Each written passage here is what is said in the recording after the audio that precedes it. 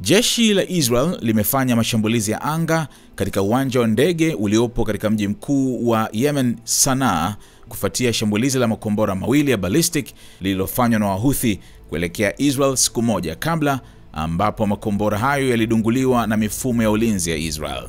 Kwa mujibu wa kituo cha habari cha Al-Masira kinachohusiana na Wahuthi, mashambulizi manne ya anga yalipiga njia ya kurukia ndege ya uwanja wa ndege wa kimataifa wa Sanaa. Mkurugenzi mkuu wa uwanja huo, Khalid Al-Shaif, alithibitisha kuwa ndege ya mwisho ya kiraia ya Yemenia Airways iliharibiwa kabisa. Ndege hiyo ilikuwa imepangwa kuwasafirisha mahujaji kuelekea Saudi Arabia kwa ibada ya hija.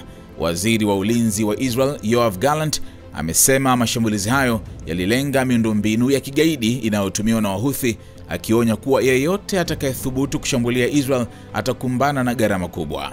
Waziri Mkuu wa Israel, Benjamin Netanyahu, aliongeza kuwa Iran ndio chanzo kikuu cha mashambulizi hayo, akisema kuwa Tehran inaendesha uchokozi huo kupitia mawakala wake. Kiongozi wa Wahuthi, Abdul Malik al-Houthi, alijibu kwa kusema kuwa mashambulizi ya Israel hayatabadilisha msimamo wa watu wa Yemen kuwaunga mkono wa Palestina. Uadui wa Israel hauna athari kwa msimamo wetu. Tutasimama na ndugu zetu wa Palestina, alisema. Shambulio hili linaongeza mivutano katika eneo hilo kufuatia vita kati ya Israel na Gaza vilivyoanza Oktoba 2023. Uwanja wa ndege wa Sanaa, ambao ulikuwa umefunguliwa upya hivi karibuni kwa shughuli za kiraia baada ya kurekebishwa kwa muda, ulikuwa ukitumika zaidi na ndege za Umoja wa Mataifa na safari za hija. Wahuthi, ambao wanaungwa mkono na Iran, wamefanya mashambulizi kadhaa dhidi ya Israel na meli za kibiashara katika bahari ya Shamu, hali ambayo ilisababisha mashambulizi ya kisasi kutoka kwa Marekani na Uingereza. Ingawa makubaliano ya kusitisha mapigano yalifikiwa kati ya Wahuthi na Marekani mwezi huu, hali bado ni tete, huku Israel ikiendeleza mashambulizi Gaza. Attention!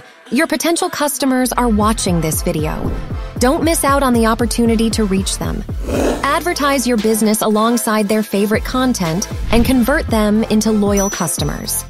Contact us now at info@snstz.com or WhatsApp 0659250389 to amplify your brand to the SNS family.